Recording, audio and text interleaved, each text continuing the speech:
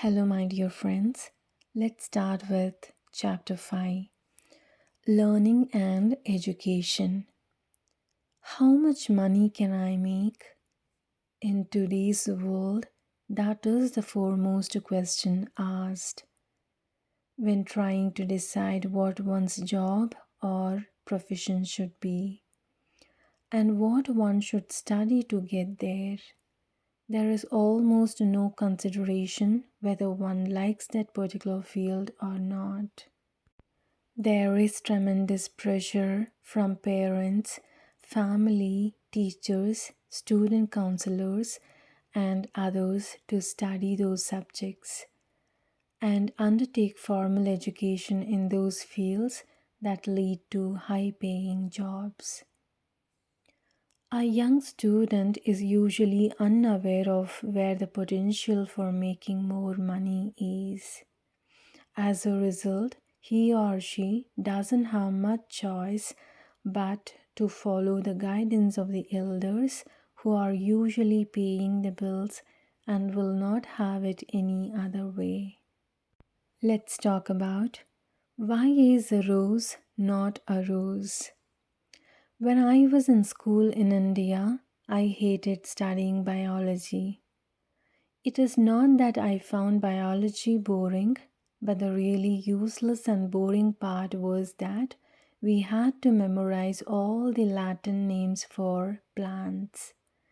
I can't remember what a rose flower is, but I could not, for the life of me, remember the Latin name for rose. And the few names I did memorize, I promptly forgot right after the exam. When I finished the ninth grade and did not have to study biology anymore, I was really happy. To this day, I still haven't figured out, and neither has anyone else given me a convincing explanation as to why we cannot just call a rose instead of using some other name that nobody understands and remembers anyway. If we are using English language for everything else, why use names for a why use names from a dead language like Latin just for the plants? Let's talk about, was it 1456 or 1465? History was another one of those subjects that I found extremely boring while in school. Although I have studied lots of history on my own in my adult days and thoroughly enjoyed it. So, what made it so boring in school? Once again, we were tested on things that seemed so irrelevant and meaningless. Did a particular battle really take place in the year 1456 or was it 1465? I could never remember and it seemed so pointless. Does it really matter whether the correct date is 1456 or 1465?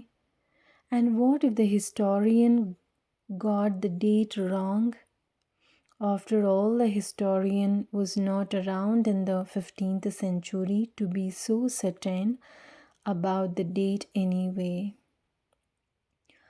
A majority of our time in formal school education is wasted in learning things that some people decades ago decided that we need to learn.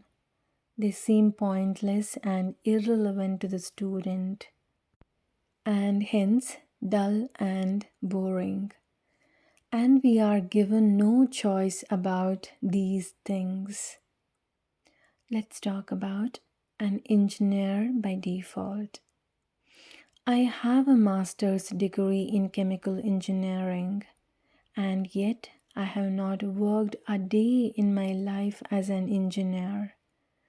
And the sad part is that the 7 years I spent studying engineering were the most boring part of my life. So, why did I do it? I completed my high school in India in 1962.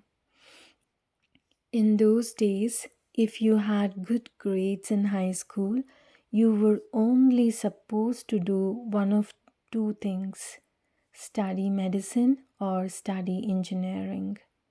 The only thing I knew was that I did not want to become a medical doctor because I did not like the smell of hospitals.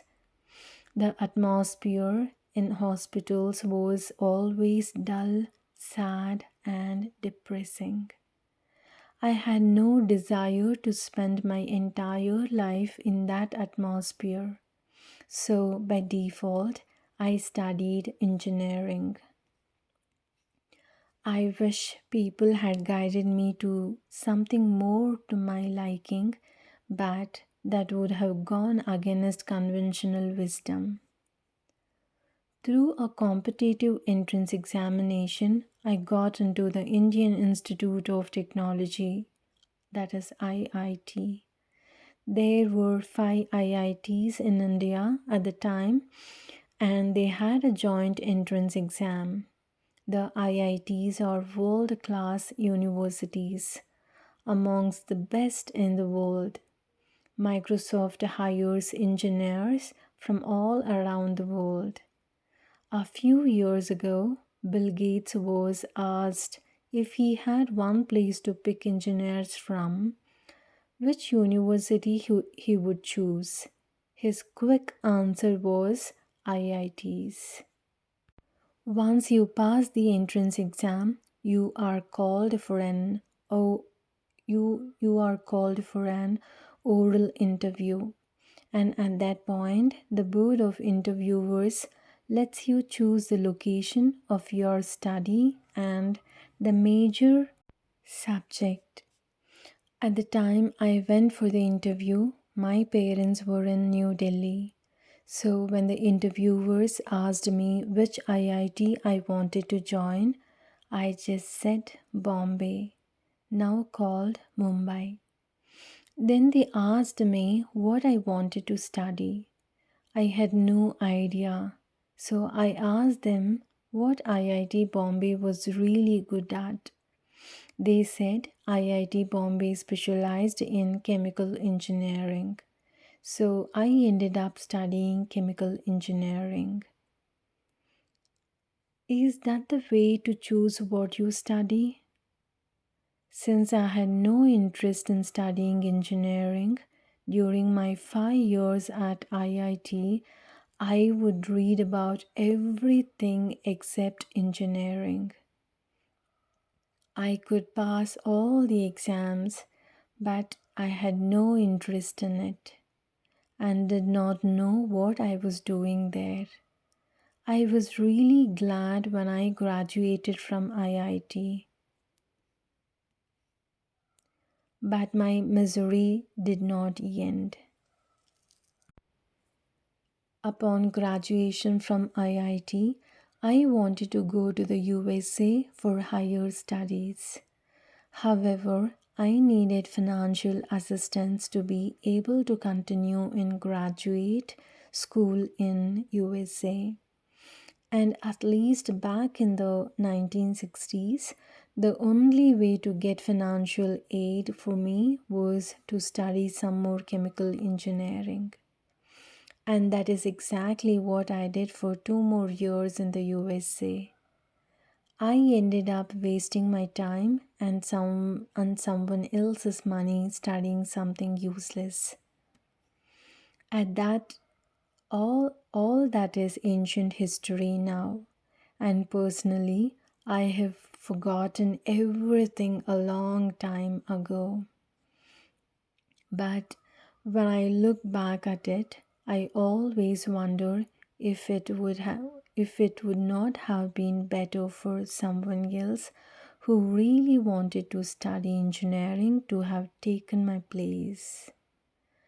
We both would have been happier, and all that money spent on me would have produced a real engineer. So, does our structured educational system help anyone? Let's talk about preschool madness, or is it greed?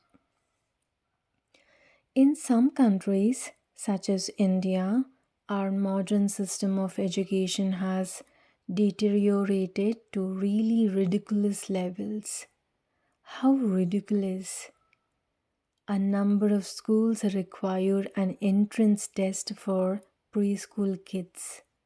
Ugh, are you going to educate this child? Or is he supposed to already know these things before you start teaching him? Maybe we expect children to be born with this knowledge? Or is it just a way for the schools to make money? With a large enough donation, your child can get in anyway, even if he fails the entrance test. During my visit to New Delhi in September 2006, I was thrilled to read in the newspaper that the High Court had just issued a ruling barring entrance interviews or tests for students just entering schools and for preschool kids. Maybe the shift has already started. Let's talk about school regimen. Once the children get into school, they all have to study according to a fixed curriculum, which usually bears little resemblance to life in the real world, and each child is expected to grow and proceed at exactly the pace that the teacher determines. Mostly, schools do not teach or concern themselves with discipline these days. Their attitude seems to be that it is not something that they are responsible for.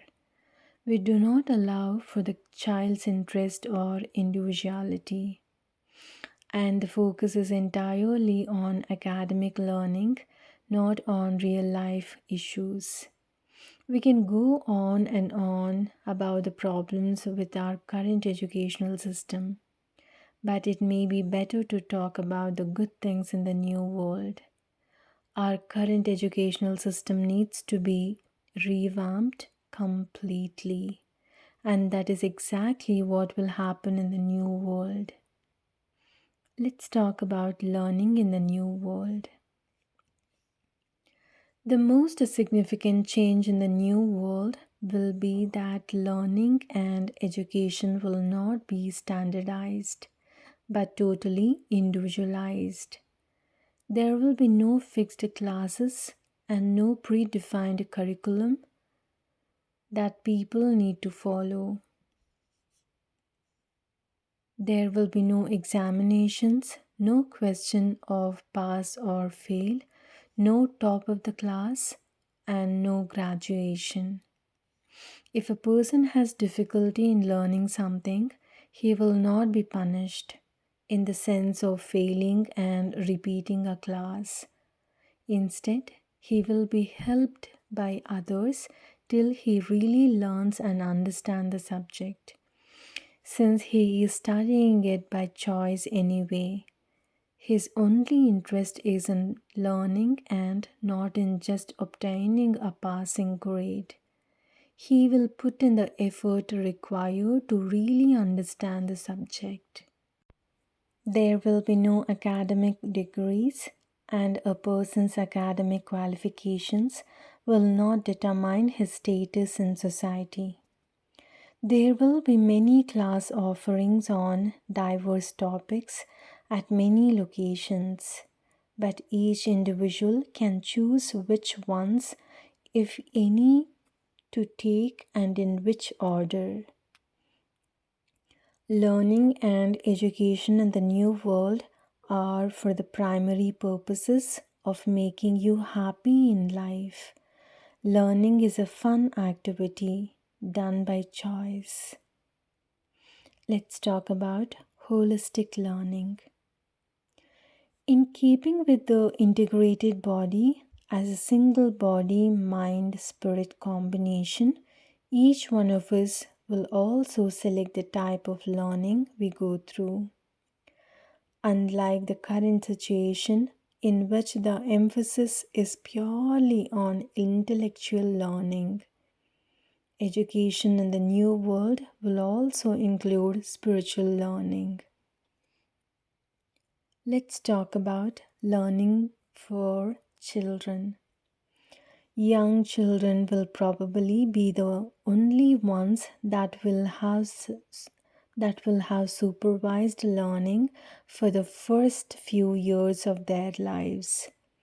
For children's education, the emphasis will be on teaching them how to be good citizens, how to behave with each other, and how to always be polite with both adults and children. Bad behavior is emotional violence, and violence in any form is not acceptable in the new world. Children being children, they will probably behave badly from time to time. When a child behaves badly in the new world, he is not reprimanded or punished for his actions. Also, he is not just told how to behave. Instead, the consequences of his bad behavior are explained to him, and he is also guided by the teacher to understand how he could have handled the situation differently. In today's world, parents, teachers, and others normally tell the children what not to do much more than telling them what to do. Also, we punish the child for doing something wrong without explaining to the child why it was wrong. The child then gets really confused in terms of how he or she is supposed to behave. Bad behavior is never punished in the new world. Instead, good behavior is rewarded. Hence, there is a natural tendency for the child's mind to gravitate towards good behavior. The human mind will always pick reward over punishment. What do we teach the children? In the new world, the main things we want to teach the children are real life issues. Very little emphasis will be put on academic learning, and even here, each child is allowed to develop at his own pace.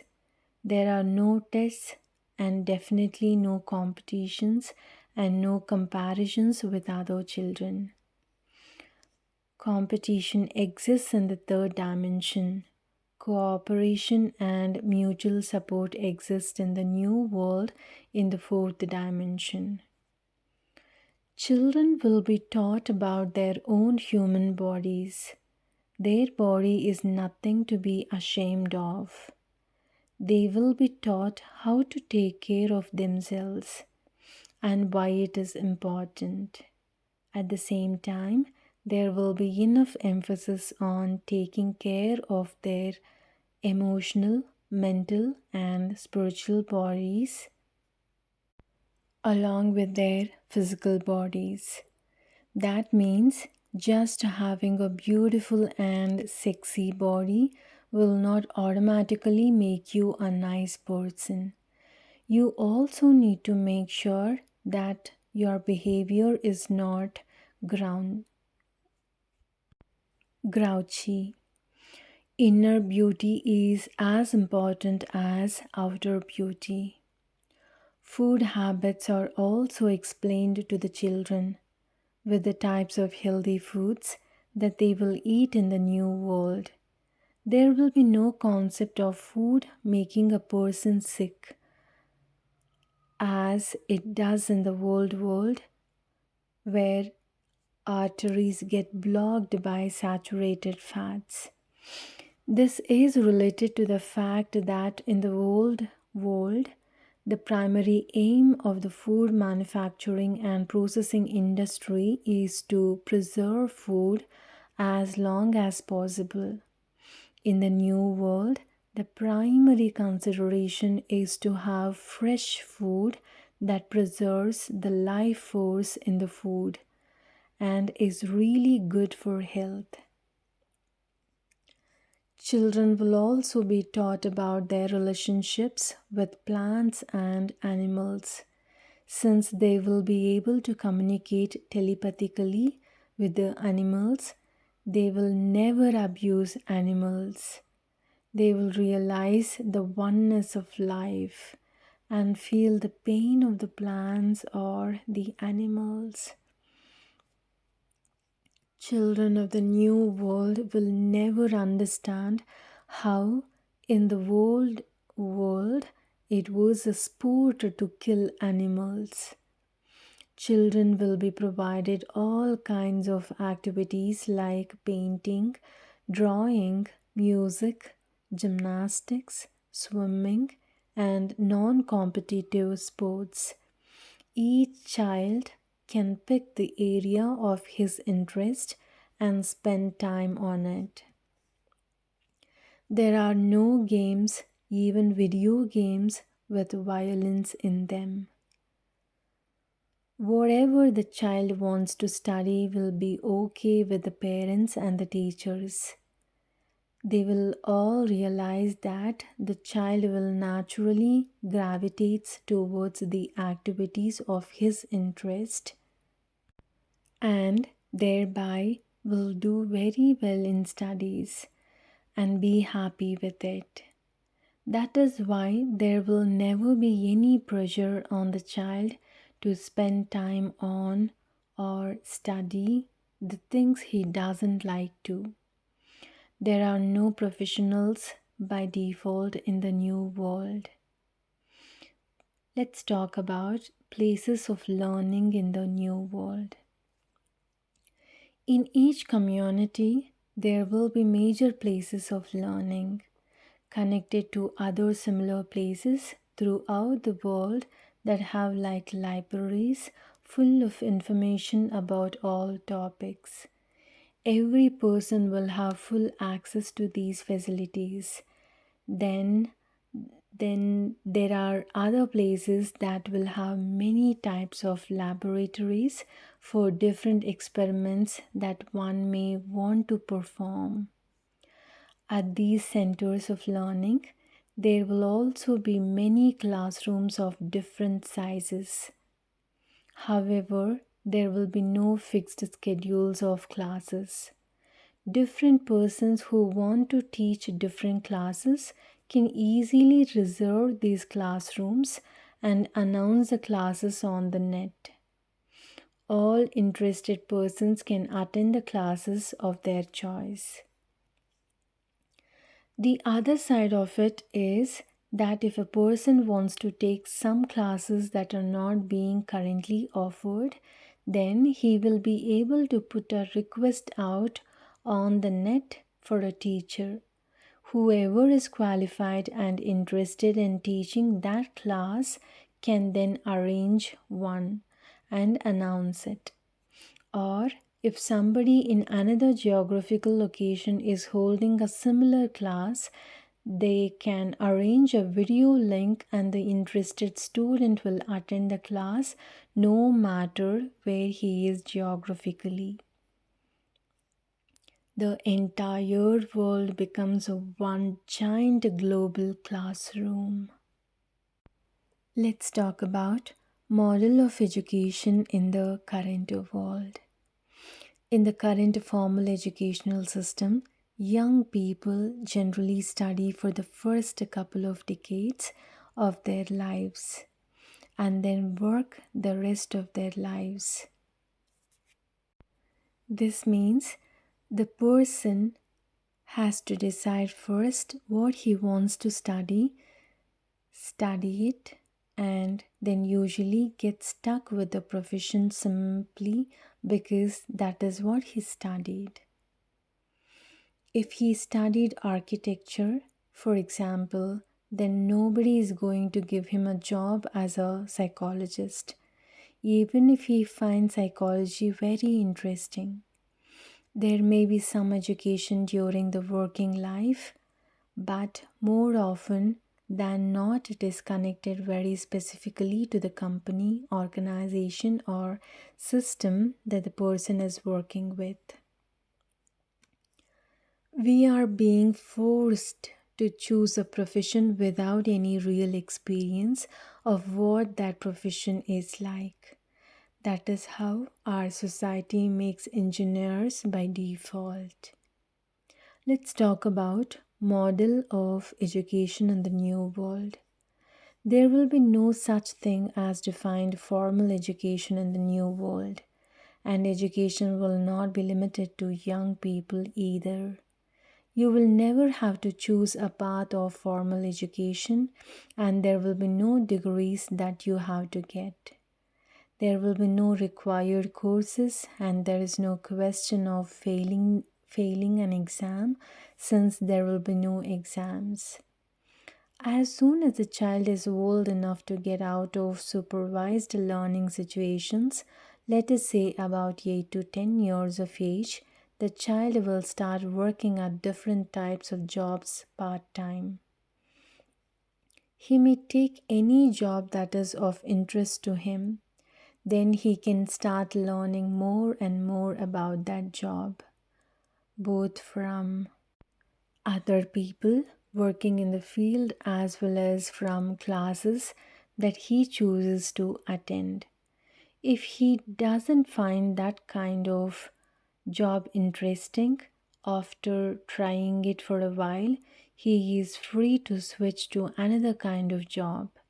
Switching jobs will be easy since there will be no considerations of salary cuts, seniority, losing benefits, pensions, etc. A job will never tie anyone down. When the person takes a new job, he will be doing it with the knowledge that this seems to be more to his liking than the old job. And even before he takes the new job, he may start taking classes in the new area that he wants to get into. Education then will become an integral part of life and a lifelong learning process, always undertaken by choice, and no one profession will be considered better than any other.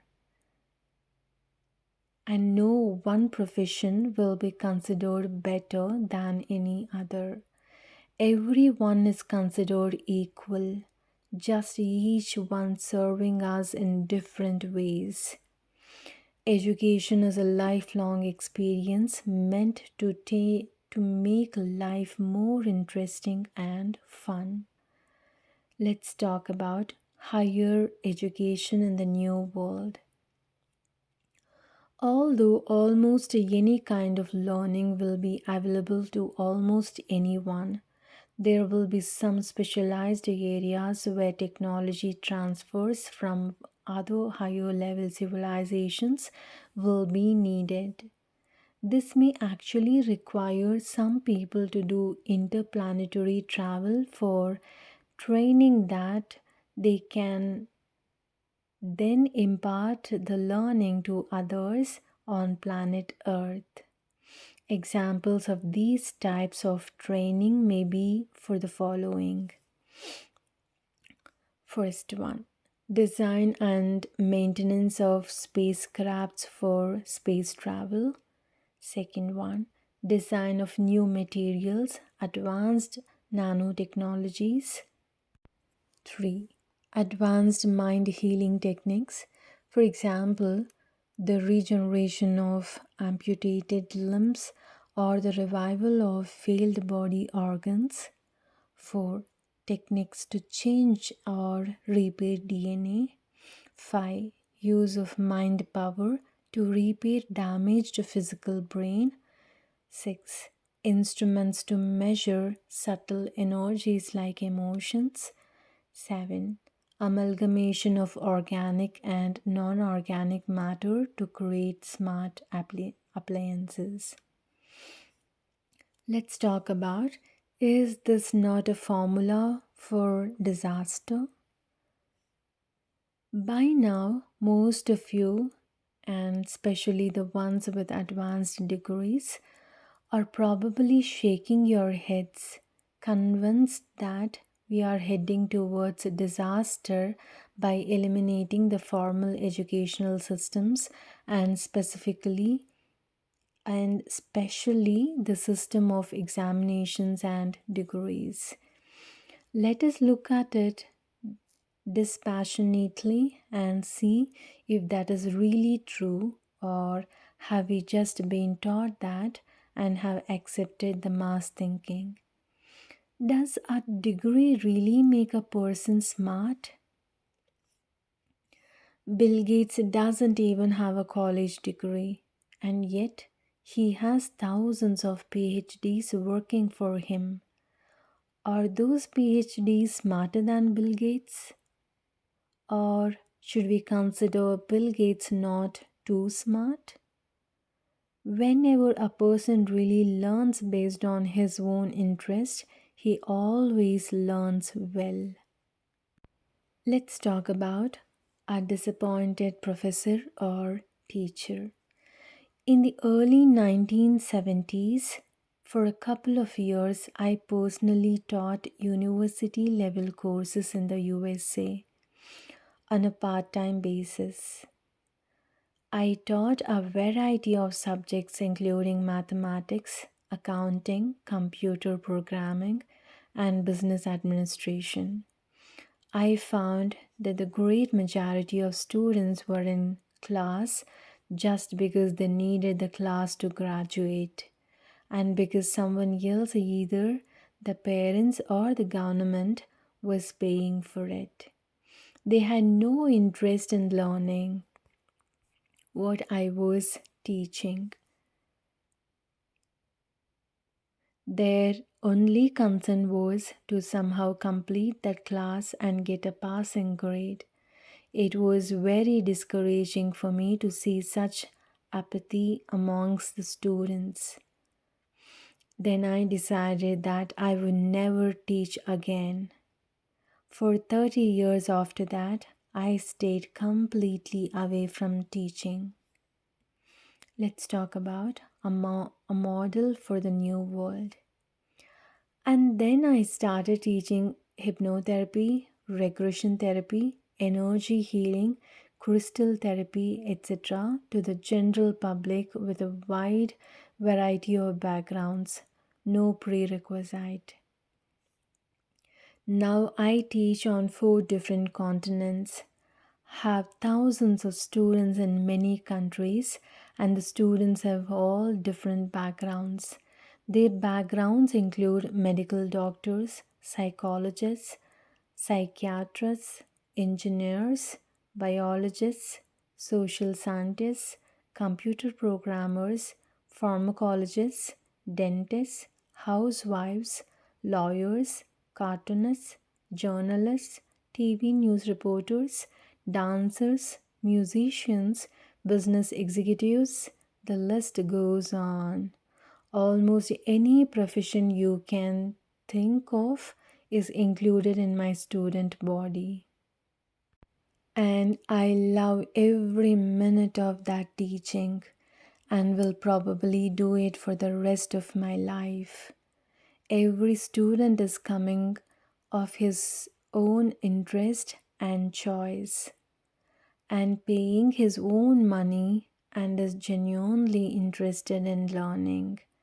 Without exception, every one of them is learning very well. This is the model of learning in the new world and it is effective. This is the end of this chapter. Thank you.